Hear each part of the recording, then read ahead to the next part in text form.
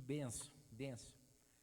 Muito bom dia, a paz, graça, que a paz de Jesus esteja aí reinando absoluta na tua casa, aonde você estiver, acompanhando o nosso culto. Eu tenho certeza que você foi impactado pelos louvores que a gente ouviu aqui, sensível à unção, à presença de Deus, e a gente aqui já se emocionou, já louvou a Deus. E agora a gente vai para a palavra de Deus, a palavra de Deus que sempre nos acompanha, que está conosco, que é razão aqui para as nossas vidas e tudo que a gente faz aqui no MAP. Nós seguimos, e um dos nossos princípios a Bíblia continua sendo a nossa regra de fé. Aquilo que nos norteia, a palavra de Deus é a lâmpada que a gente usa para iluminar os nossos caminhos, é o alimento que a gente tem. E aqui a gente está mais uma vez para se alimentar espiritualmente na palavra de Deus. E que bom que você está aí, e eu espero que nesse momento você ouça a palavra de Deus, não só com os ouvidos, mas com a alma, o coração aberto para que ela possa frutificar na tua vida. Amém? Bom, semana passada eu ministrei aqui falando sobre o primeiro amor. Uma palavra que tocou, eu recebi algumas mensagens durante essa semana de pessoas que foram tocadas a um arrependimento, a um retorno, a uma volta. E hoje eu queria falar sobre o maior amor. Falei domingo passado sobre o primeiro amor, hoje eu quero falar sobre o maior amor. Sobre o amor de Deus na nossa vida, como Deus age em algumas circunstâncias, para que o amor dele seja refletido na nossa vida, e às vezes de formas que a gente nem imagina. Eu quero usar hoje como pano de fundo para a gente conversar a relação de Deus com Jonas, e como essa história conta muito para a gente, faz a gente refletir sobre o cuidado e o agir de Deus nas nossas vidas. Sabe que tem uma história judaica que conta e fala sobre o livro de Jonas, e os rabinos, quando falam sobre ela, alguns deles, usam uma seguinte frase, assim: Deus se preocupa com todos nós. Jonas se preocupava só com ele mesmo. O bom é que Deus sempre ganha. É maravilhoso a gente entender que, a despeito do nosso egoísmo, da nossa vaidade, daquilo que a gente olha e cuida só da gente, nós temos um Deus que nos ama e que se importa conosco, apesar de nós mesmos. E hoje, olhando essa história representada no livro de Jonas, eu quero pegar o primeiro versículo, Jonas 1:1, que diz assim: E veio a palavra do Senhor a Jonas.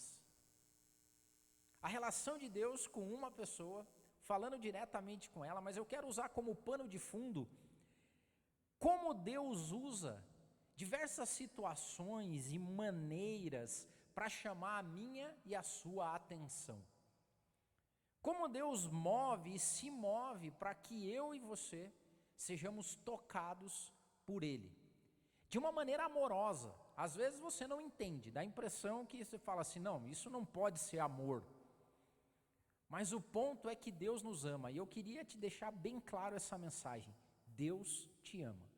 E o amor de Deus é grandioso, que nós não conseguimos entender e explicar no dia a dia. Mas há uma visão de eternidade que nos mostra o quanto Deus se preocupa conosco. E é bom também a gente lembrar que a mão de Deus, antes de eu entrar na história, que a mão de Deus, com carinho e amor, ela vem para nos corrigir e não nos deixar perder e se perder. Não como punição, e às vezes sim para algumas pessoas, mas Deus nos ama. Na história retratada por Jesus, onde os discípulos, não achando pouso para Jesus, falam: Senhor, nós vamos orar para que o Senhor Deus mande fogo do céu, assim como fez no caso de Elias, e a gente acabe com esses caras aqui. E a resposta de Jesus falou: vocês não sabem de que espírito vocês são? Eu não vim para destruir, eu vim para salvar. Então o amor de Deus refletido nas diversas maneiras que Deus usa para fazer com que a gente atente para o amor dele. E eu vou usar como pano de fundo a história de Jonas. Em primeiro lugar, às vezes Deus manda tempestades na nossa vida. Olha o que a palavra de Deus diz em Jonas capítulo 1, versículo 4.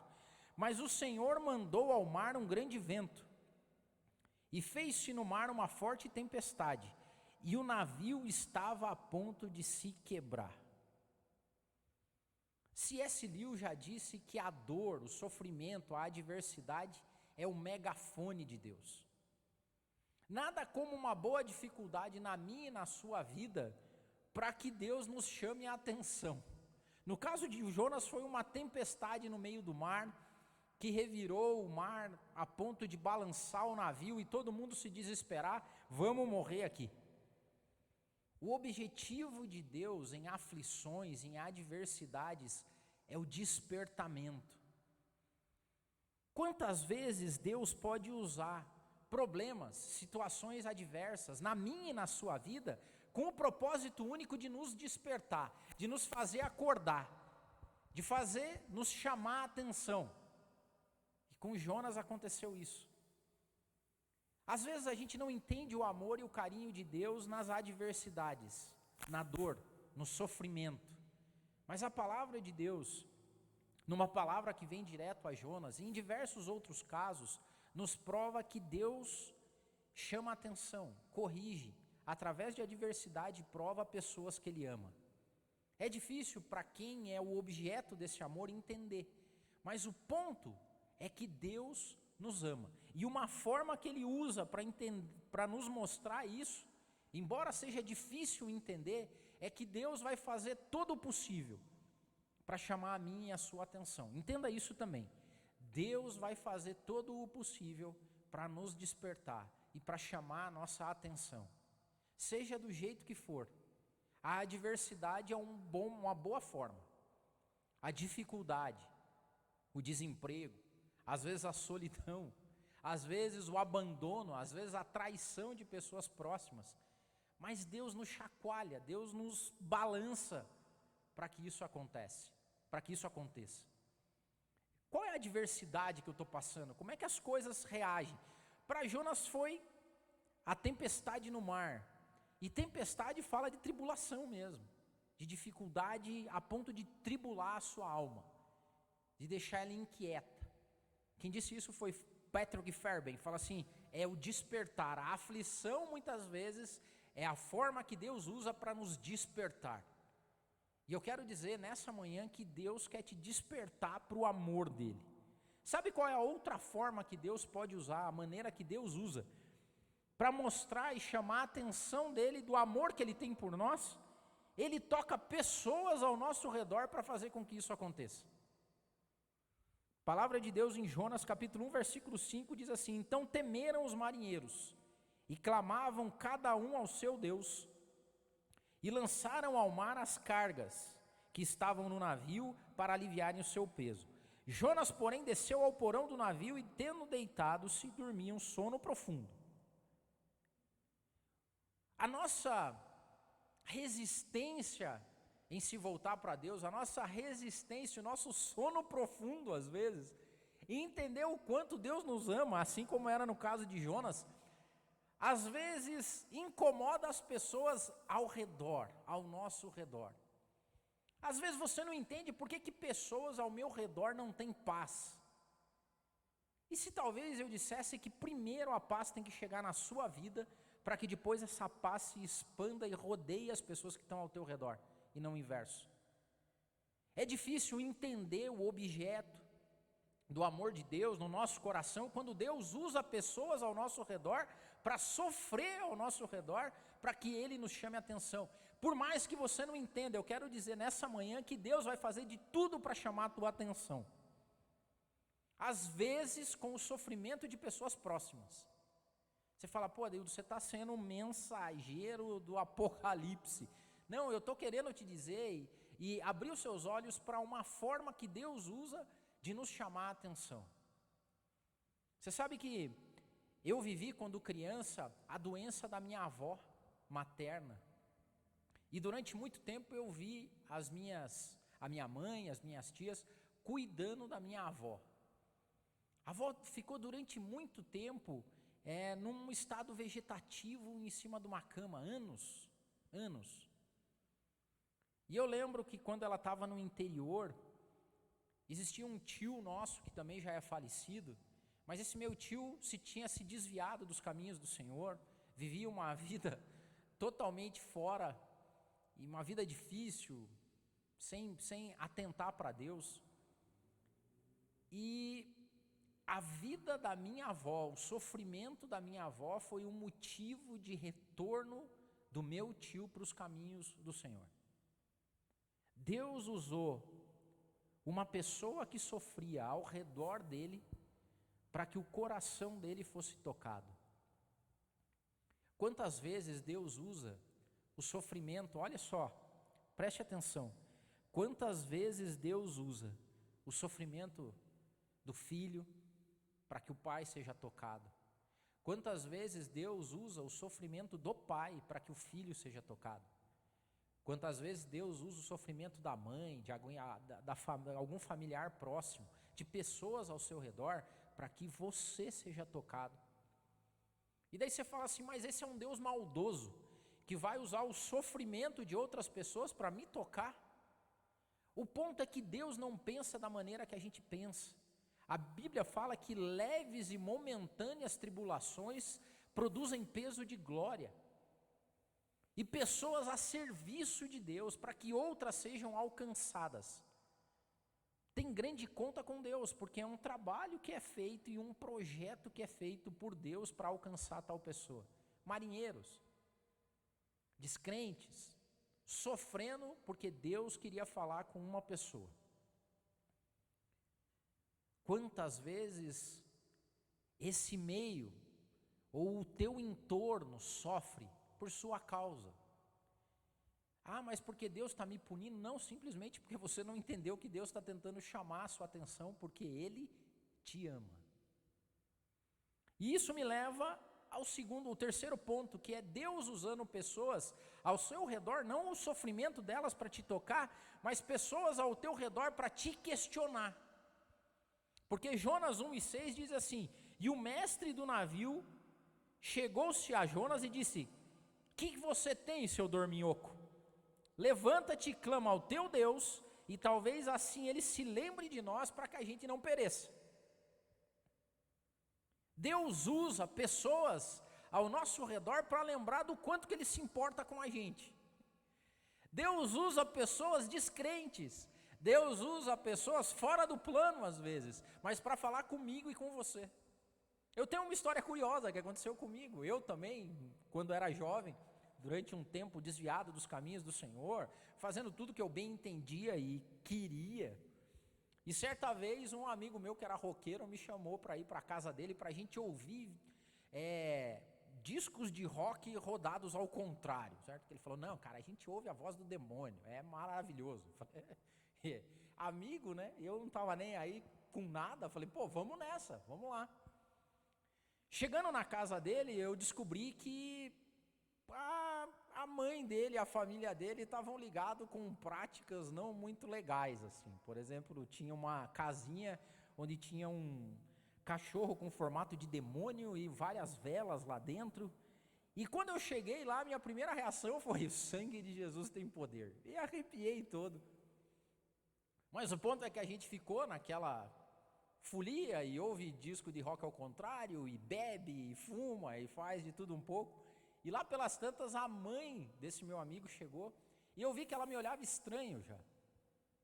E ela começou a me olhar com um ar incomodada com a situação. E lá pelas tantas, eu indo embora, e ela chega e fala para... Depois o meu amigo foi me apresentar a ela, e ela chegou e falou assim, cara, o que você está fazendo aqui? E eu falei, pô, a primeira coisa que veio na minha cabeça foi... Pô, mas que mulher mal educada, é assim que se recebe a visita, né, de um filho. E ela naquela época falou assim, aqui não é lugar para você. Na hora eu não entendi, mas Deus estava usando uma pessoa para me questionar daquilo que eu estava fazendo. O amor de Deus me perseguia sem eu saber. Porque minha mãe orava em casa enquanto eu estava fora, porque havia um clamor, ou porque Deus é extremamente misericordioso e Ele vai fazer de tudo para me alcançar e para te alcançar. Não para nisso. Algum tempo atrás, quando eu resolvi mudar de vida lá em casa, eu, a Jo, o João por consequência, alguns anos atrás nós decidimos que a nossa vida ia seguir prioridades diferentes. Por exemplo, eu decidi que a minha carreira profissional não seria mais prioridade na minha vida. E nessa época Deus usou um amigo que não é cristão. Mas eu me lembro até hoje claramente de todas as palavras que ele me disse, nós tomando um café. E era como se Deus falasse através da boca dele, me questionando. Mais ou menos dizendo, chega, agora é diferente. O plano vai ser outro. Deus usando uma pessoa ao meu redor para me questionar e para que me fizesse atentar para ele. Assim como aquele capitão do navio chega, ô dorminhoco, qual que é a tua, velho? Levanta, acorda, faz alguma coisa para que a gente não pereça.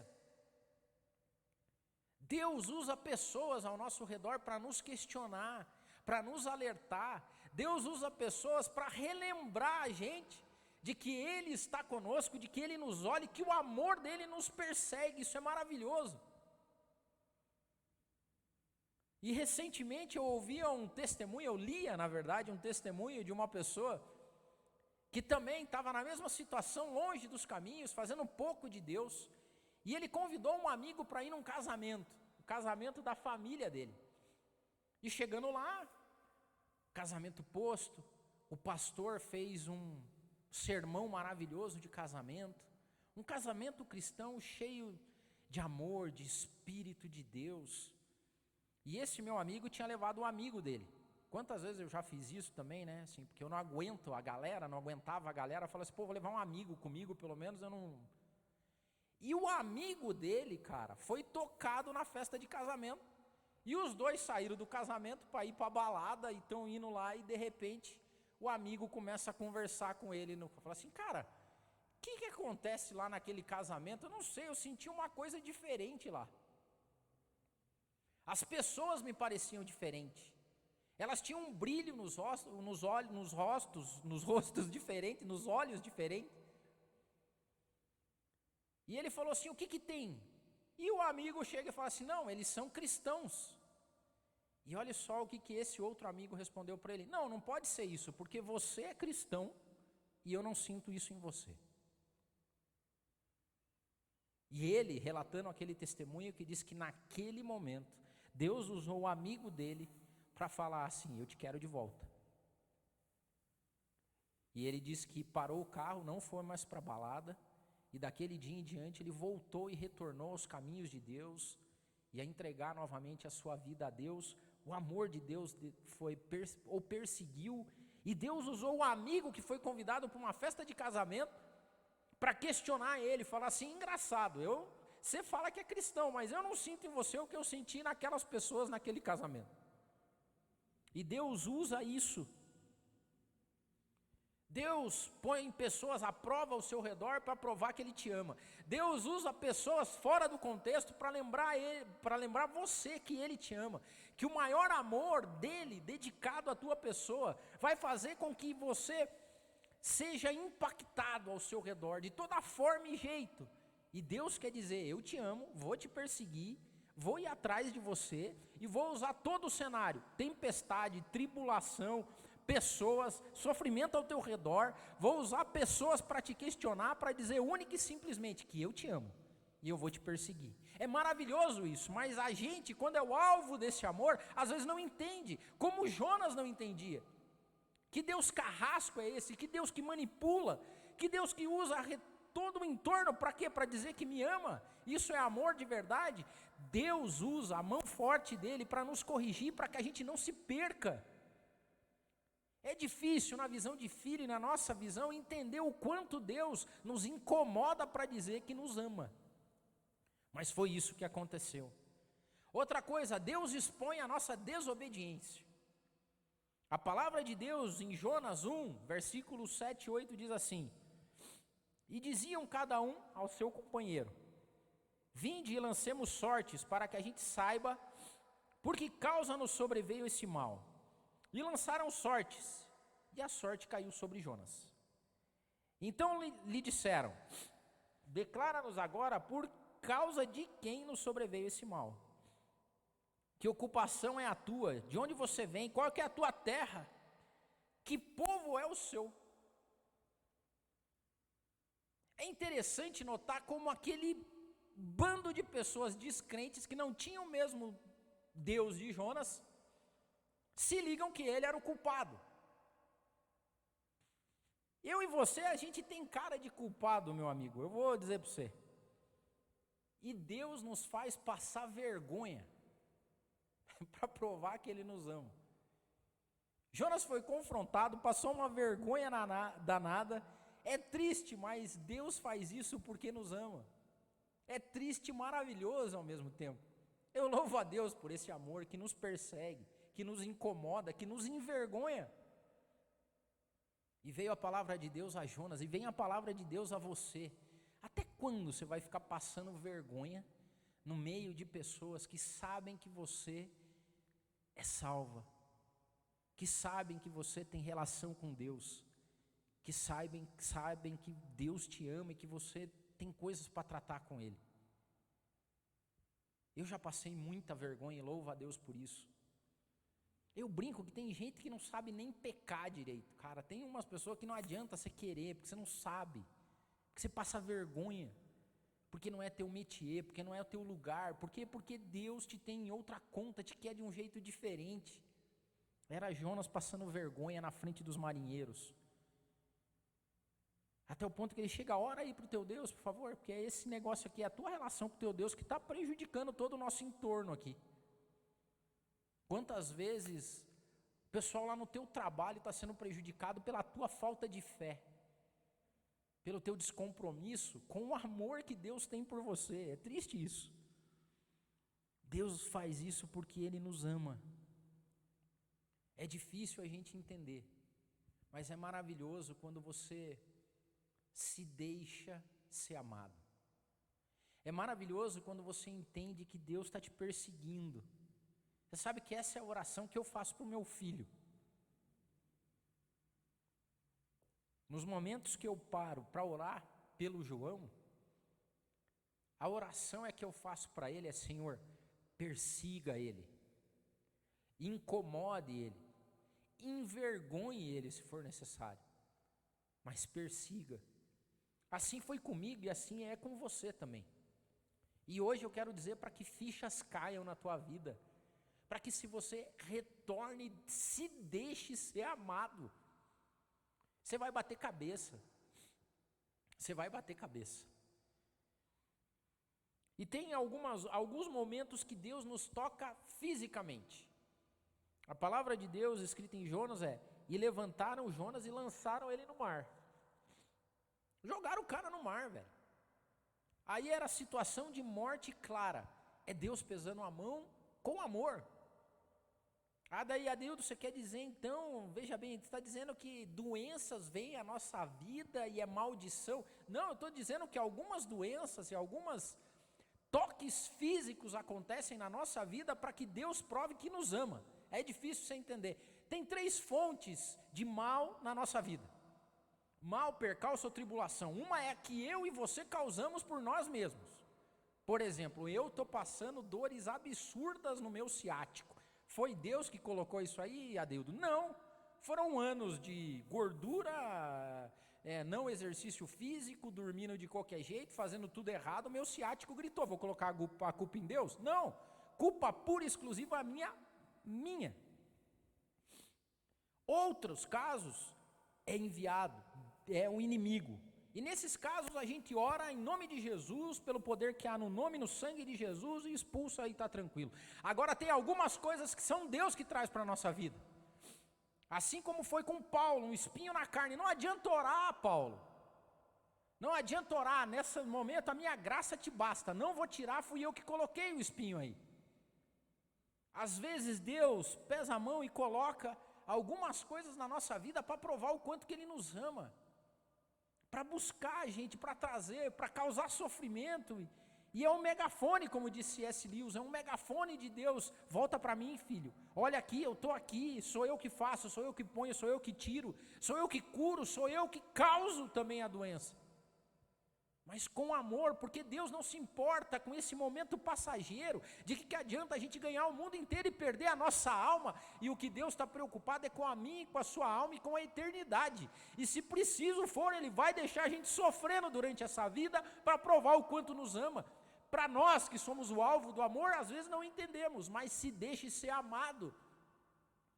Porque pode ser, como a gente viu na história de Jonas, que o momento que você entende que aquilo é de Deus, Deus alivia. Jonas 2, 2 e 4, o que Jonas diz é o seguinte: na minha angústia eu te clamei, Senhor, e o Senhor me respondeu. Do ventre do inferno eu gritei, e o Senhor ouviu a minha voz, porque foi o Senhor que me lançou aqui. Jonas tinha clareza de que era Deus que estava tratando com ele. É o Senhor que está tocando a minha vida, é o Senhor que está me colocando à beira da morte, é o Senhor que está me mandando para o inferno, por amor. De novo, é difícil entender o quanto Deus nos ama e o quanto Ele faz para que Ele nos alcance. A minha vida só teve sentido o dia que eu me deixei ser amado por Deus. Porque o dia que eu entendi o tamanho desse amor, eu falei assim: então me ama, Senhor, por favor me ama, e pode me amar bonito que eu gosto. Pode me envergonhar, pode usar pessoas para falar comigo, pode me questionar, porque eu entendo o quanto o Senhor me ama. E o carinho, porque o contrário do amor não é o ódio. Não é.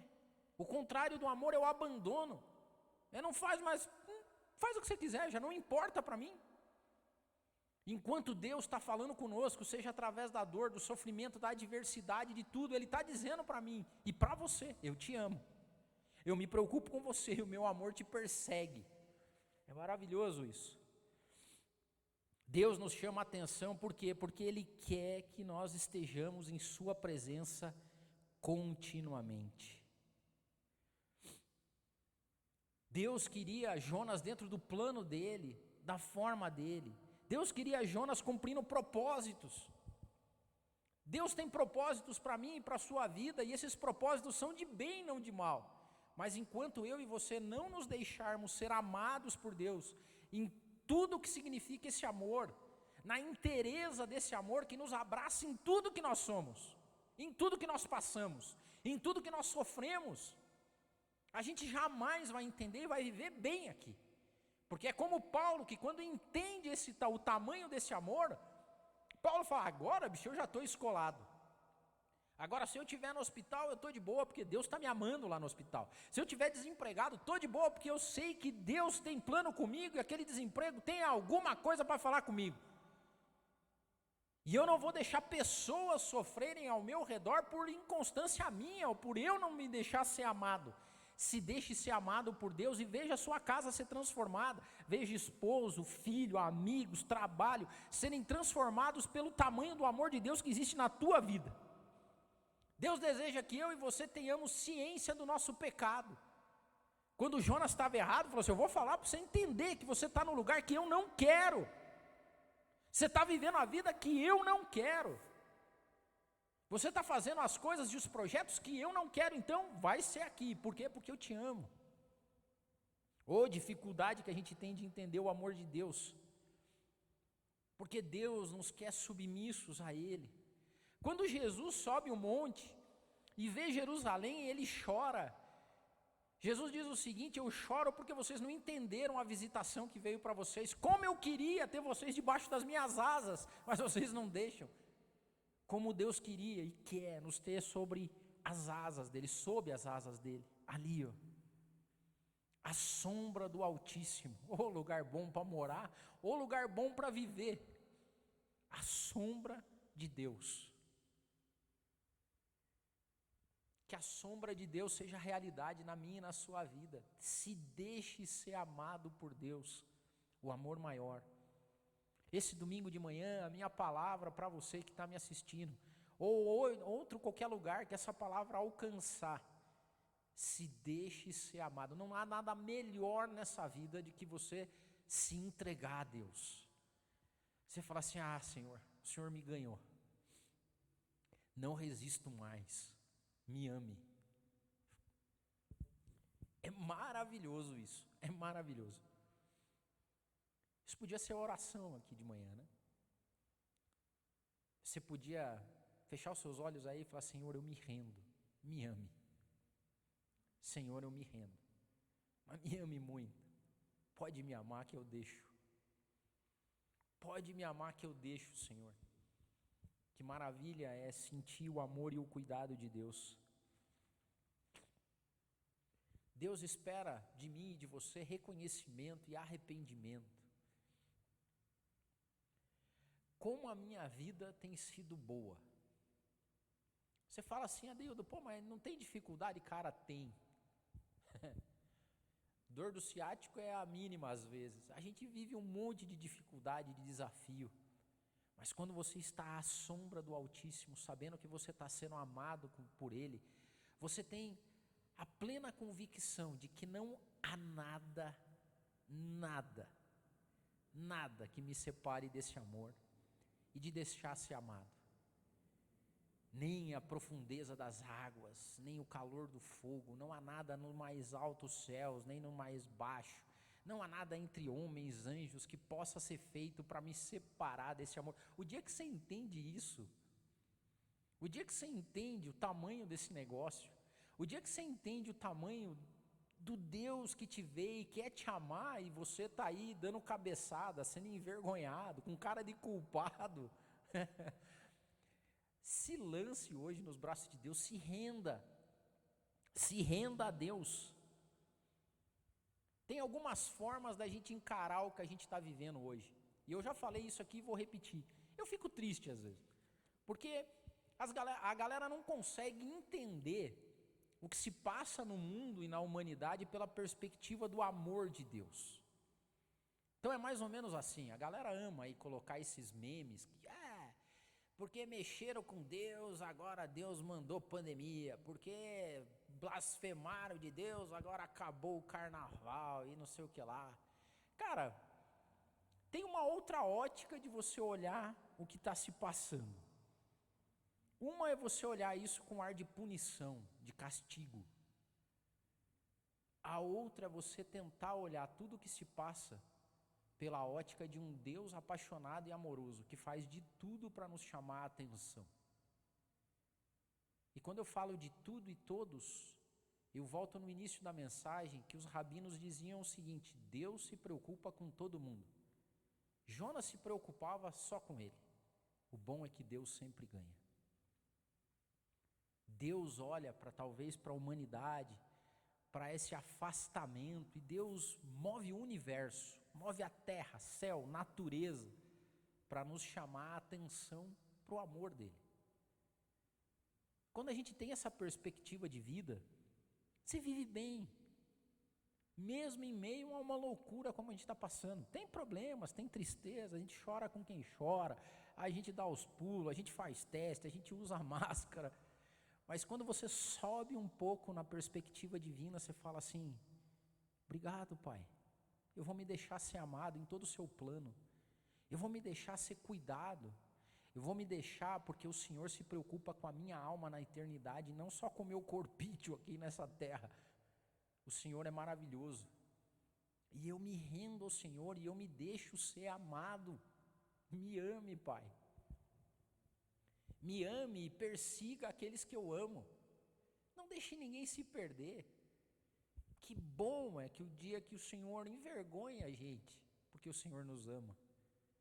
Como um bom pai faz quando ama o filho, né? Quando a gente vai deixar o filho na escola e ele está cheio de vergonha, a gente faz de propósito, beija, abraça, vai passar vergonha, porque todo mundo vai ver que eu te amo. Eu quero ser envergonhado por Deus, eu quero ser tocado por Deus, eu só não quero jamais receber o isolamento, que é quando abandonou, que é o que Davi, no pecado dele, fez tudo de errado lá. Ele falou assim: Senhor, só uma coisa, pode me castigar, pode fazer o que for aqui, só não retire de mim o teu espírito. E hoje é mais ou menos a gente dizendo: Senhor, só não faça pouco caso. Ele jamais faz, mas a gente tem que orar e falar: não faça. não deixe de nos amar. E nos ensina a se render ao seu amor. Nos ensina a se entregar, Pai, a nos deixar ser amados pelo Senhor. Parece um paradoxo, né? Um Deus que ama e a gente tem que deixar ser amado por Ele, porque a maior parte das pessoas não deixa. Eu quero terminar essa mensagem com uma frase do Max Lucado.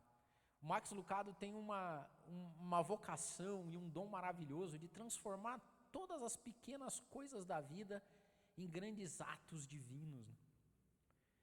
Mas o Max Lucado tem uma frase que diz assim, ó: se houver 1000 passos entre você e Deus, Deus dará 999 passos em direção a você.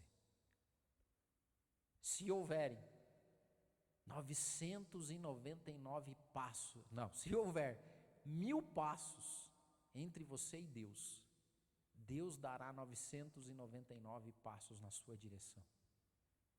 A mim e a você cabe um único passo, que é o passo da entrega, que é o passo do arrependimento, que é o passo da rendição. E que rendição? É ruim a rendição? Não, olha só que coisa maravilhosa. A rendição é, ufa, Pai, então tá bom, pode me amar por completo. Eu me deixo ser amado pelo Senhor. Eu me deixo ser encontrado pelo Senhor. Eu me deito nas suas mãos e durmo tranquilo, o trabalho é seu, a obra é sua, e eu te louvo, porque o maior amor do mundo, se revelou a mim, me envergonha, me persegue, me toca, me machuca, mas jamais desiste de mim e jamais desiste de você. Se isso não for amor, o maior amor do mundo, eu não sei o que é. Eu quero terminar fazendo a minha oração, e eu queria que essa fosse a tua oração. Deus, mais uma vez eu oro, me rendendo aos teus pés e ao teu cuidado. Me ama, Pai, pode me amar. Eu te agradeço por esse amor. Obrigado pela perseguição que o teu amor faz pela minha vida. E eu oro, Pai, que essa perseguição seja incansável ao redor de todos aqueles que eu amo também. Os persigo, os envergonhe, os toque. Fala com eles de diversas maneiras, usando quem o Senhor quiser, e comigo também, Pai amado. Eu me rendo e agradeço de coração, Pai. Obrigado pelo seu amor. Obrigado. Me ame mesmo, me ame que eu gosto. Amém.